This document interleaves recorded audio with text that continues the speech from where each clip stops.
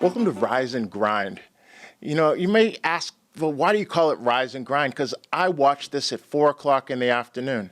And the reality is, many of you probably are seeing this at some time other than first thing in the morning, but I record it before the sun comes up every time I do it. And there's some reasons for that, and we're going to get into it a little bit today as our topic of the day is the devil and the hours of 4 to 7 p.m. In order to have this discussion with you today, I had to do some research, and the research was into my own self, my own past. I had to confront some demons which have probably held me back for a long time. And I actually hope that by having this discussion and getting it out, that I can help myself, I can help you, and any countless others who might be falling into the same trap that I fell into. The discussion is what happens between the hours of 4 and 7 in the afternoon. And one of the reasons that I do this podcast in the morning is because I'm busy from 4 to 7 in the afternoon, and I'll tell you why in a little bit. The hours of 4 to 7 are the devil's playground. It is where he hooks you at a very early age and does some really bad things. I grew up in an middle-class household. I wouldn't say we were upper middle class, but we were doing all right for ourselves. We were middle of the middle class. What did that mean? It meant I had two parents who were working really hard to maintain the kind of lifestyle that they had grown up in. My dad grew up in a household where they were the first black family to move into Lexington, Massachusetts in a very, very, very long time. And he went to private schools and things like that. My mom grew up in a household where her mom was a teacher and her dad had only graduated from 8th grade, but was an entrepreneur, had done well, owned taxi cabs, owned gas stations. He did all right. And they lived in what to me seemed like this great big house. They had a pool table that I made the mistake at a young age of taking the pool cue and ripping the felt. Story for another day. But they were doing well. And my parents were also trying to do well. And so I would call us Latchkey Kids, but my parents had made a choice to move into a community that was very safe. And I never had a key that I could remember for the house that my parents were in when they were together, nor a key to my mom's house after my parents separated. It was just that kind of community. But we would come home from school, my sister and I, and at a very early age, we had a babysitter kind of person who would be there and make sure that we were okay and get a snack and things like that. But as we got into later years, so middle school, that babysitter person wasn't so much of an older adult figure, but a high school kid. And that's probably where things started going south. As I got into high school, I didn't have anybody. I had a place that I was to go if I wasn't playing after-school sports until my dad got home. And while it was a wonderful place and it was where my dad felt like I would be safe, it also wasn't a place that was immune from the devil's influence. I'm the kind of person who always wants to do something. I think you are too. You're that person that you want to be active. You have an active mind. When things aren't stimulating you, you reach out and you find ways to stimulate yourself. And that's what I did at an early age. And it caused me to fall into some traps which happen with many kids during that time. I started hanging around with those other people who didn't have anything to do during those hours. And our minds wandered and we thought of things which we could do. At a very early age, it was really simple stuff. We threw rocks at trains. part of why I became a very good baseball player. We just threw rocks at everything. We threw rocks at telephone poles. We threw rocks at trains. We actually had a neighborhood where we lived, where there was a sand pit, and we lived at the neighborhood that was at the top of the sand pit, and then there was another neighborhood that lived at the bottom of the sand pit, and we would actually have rock fights. That was part of what it was, and it wasn't like this hard Scrabble neighborhood, though. That initial neighborhood was kind of called Goat Hill, wrong side of the track, so to speak. But we were active. As got older, it fell into some other things. And I was one of the latter ones that kind of fell into it. I remember being in middle school and my mom accusing me of smoking pot. And I remember so clearly denying it, because I wasn't. That was the reality of it. I wasn't smoking pot, had not even tried it at that point in time. But my mom knew the people that I was hanging out with. She was a middle school guidance counselor, had a pretty good pulse on who was on what track in their lives. And I was hanging around with some people that weren't on the best track. But I hadn't done what they did. But she knew that I was. She knew it. There was no, if she had taken a polygraph test and said, is your son smoking pot? She would have definitely passed it because I believe she believed it 100%. But I wasn't. But after being accused of it a few times, and I found out who those other people who were, I tried. And I found that it was a pretty good escape during that point in time. It was a time, I guess around 11, 12 years old was when my parents were getting a divorce and became divorced. And I was hurting inside and looking for an escape. And I didn't have other things to do during much of that time. Up until 8th grade, I couldn't even play football after school. Or I guess 7th grade, I could play football after school, but I couldn't play youth football before that because of something, a rule that they had, that you had to play within your age group, but within your age group, there was a weight limitation. And I wasn't a fat kid at all, but I was always the biggest kid my age. As a matter of fact, I skipped a grade, and I was still one of the biggest kids, if not the biggest kid, until people went by me, those that are now 6'6" instead of 6'4" like I am. Once they went to 6'5" and passed me, they've always been by me, right? But I was always one of the bigger kids. So the thing I always wanted to do was I wanted to play football, and I couldn't. So I found other things to do. And it started out as smoking pot. And then my parents got divorced. And so what do a lot of kids do during the hours of 4 to 7?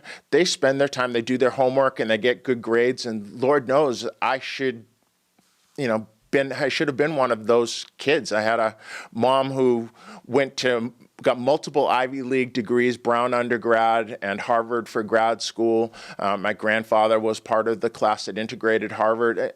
Education was huge in my family. But because my parents were splitting up and education meant so much to my family, it was one of those places that I began to rebel. And so I just stopped doing homework. So 4 to 7, most kids do homework. What's Dewey doing? Dewey's running around in the streets, doing what Dewey likes to do, playing sports when I could, but when I couldn't, then I was finding other things to do. And many of those things were negative. I wasn't the only one, obviously, because I didn't do it by myself. I didn't introduce myself to doing drugs. So it happens to lots of people. And it mostly happens during those idle hours. And it happens within very successful families and communities. Because the reality is, anybody who believes that the drug trade is mostly supported by a bunch of kids who live in a community who have no money, no disposable income, is fooling themselves. It's supported by the people whose parents are working really, really hard to make sure that their kids have opportunities. But because they're working so hard on themselves and providing those opportunities, they somehow lose sight of what their kids are doing. But they're providing for their kids, so their kids have extra money, and the kids have free time.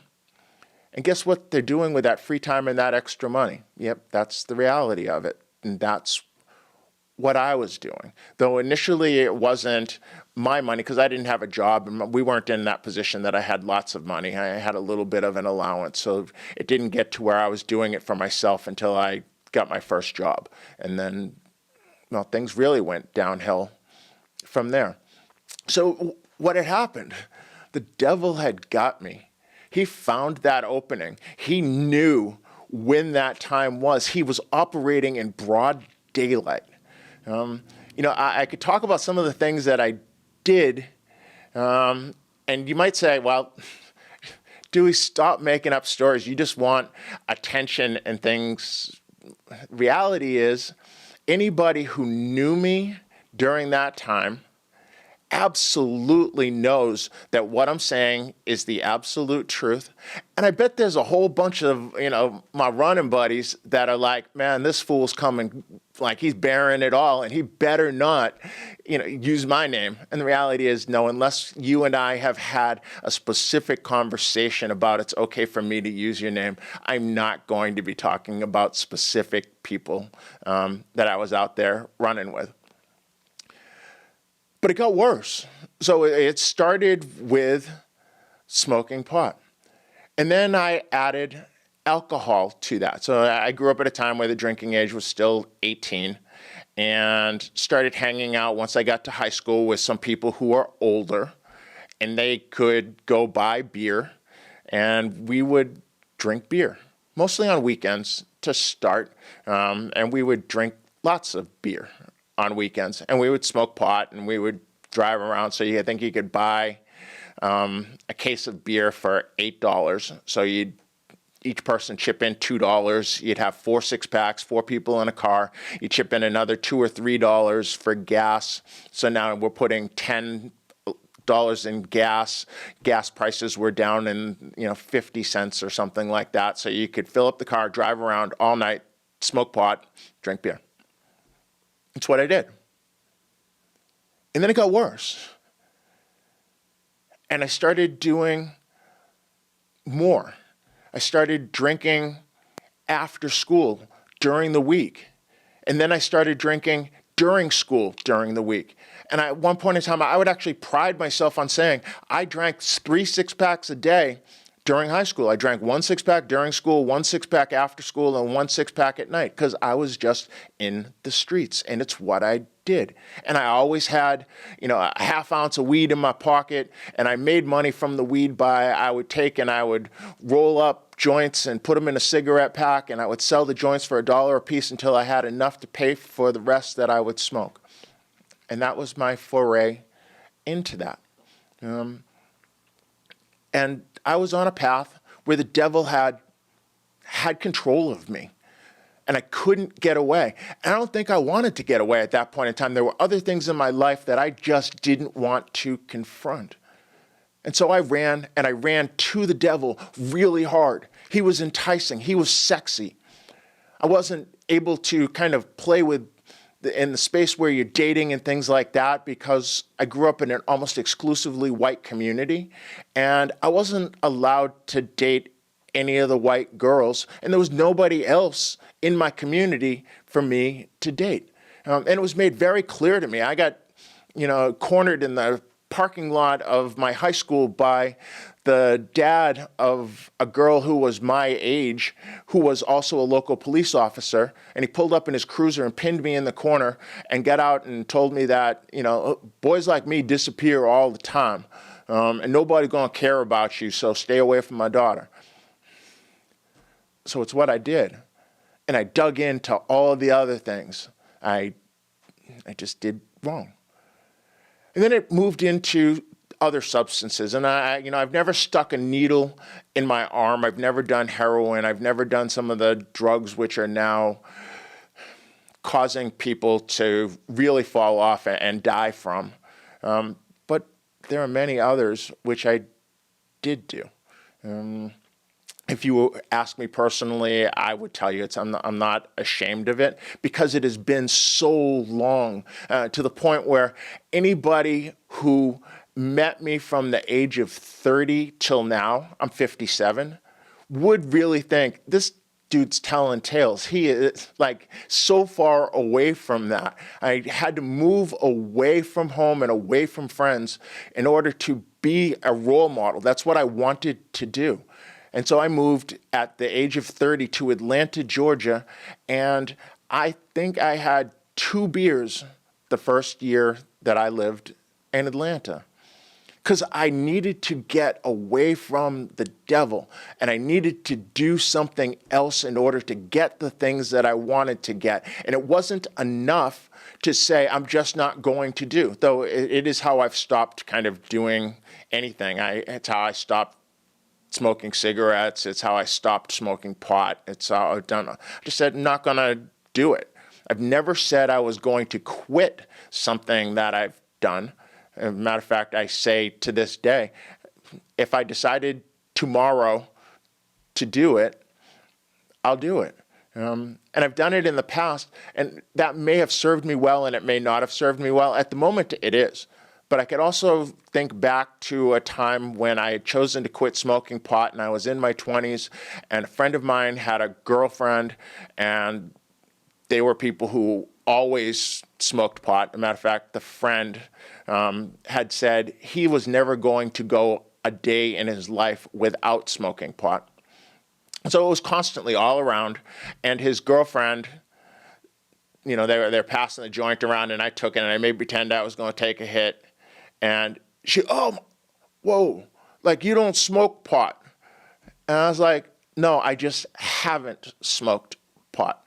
And so then I took a hit. And it led me back down that path again. But I still haven't said that I've quit.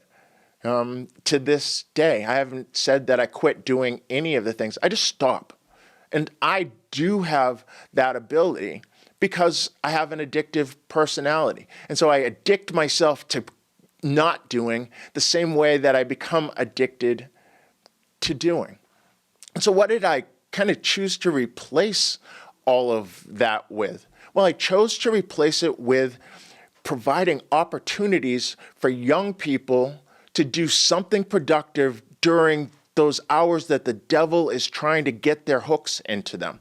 So from 4 to 7 in the afternoon, what was I doing? I was providing athletic opportunities for kids to be healthy, to chase dreams.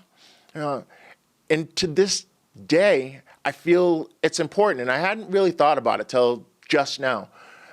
One of the things that drew me back to coaching tennis, one of the reasons I will be coaching in a program of excellence in the afternoons between the hours of 4 to 7, coincidentally, is that's the place that I believe saved me.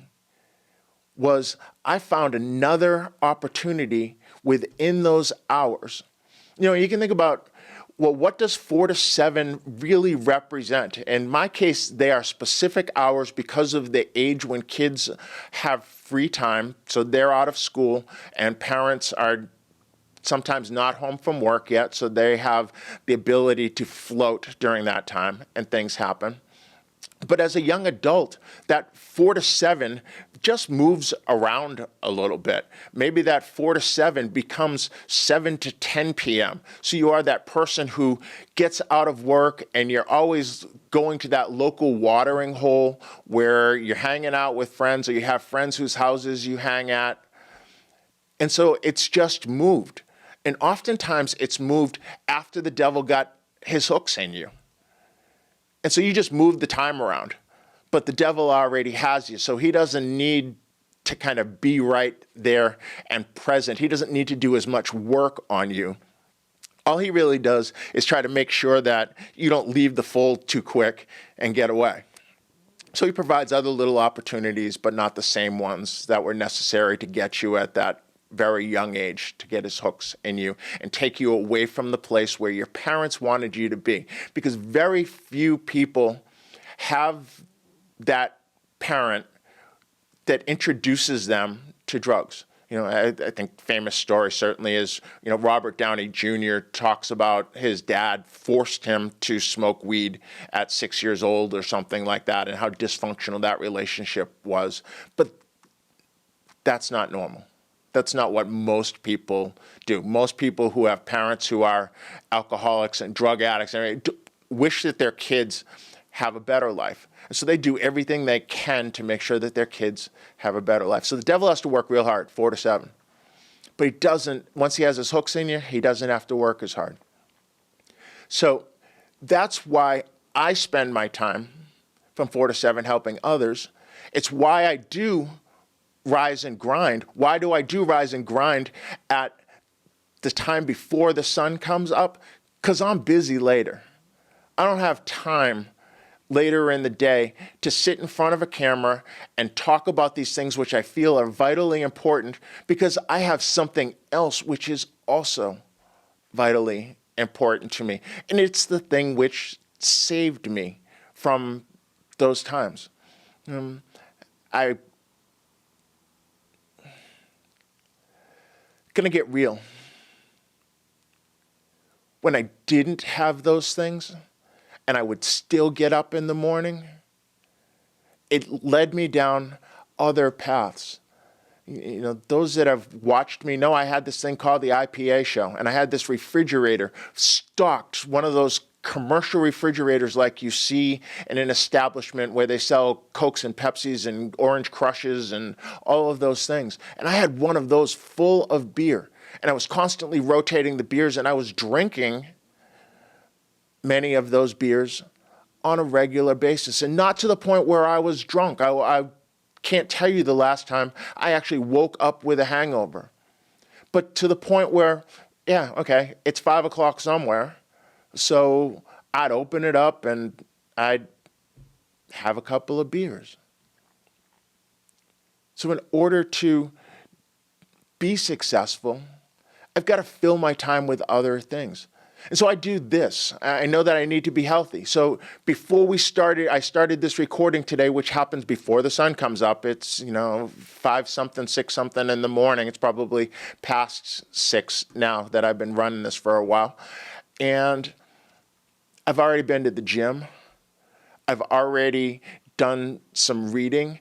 I've done a lot of introspective thinking about what I was going to talk about when I came on today.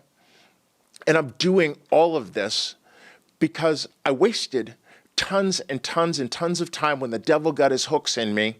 And I wasted my teenage years, and I wasted a lot of my 20s. And even though I've been an entrepreneur since the age of 24 and built companies, it was never about the future. It was just about occupying some time at that moment in time. Now it's about something much bigger. It's about helping other people in a much bigger way, not just one-on-one, but for the future, for creating some things for my family where if I were to have something suddenly happen to me, my kids have an opportunity to have options and freedom within their own life, to help be a part of your community and to help you through seeing that you're not the only person. Because when I was down and out just a little while ago, one of the things that really picked me up was all those people, who reached out to me and said, Dewey, been there, done that. Happened to me last year. I lost my job. And I want to be in a place where I can be that pick-me-up for you, whether it's just you watching these videos and you say, okay, I'm not the only person that's been through this.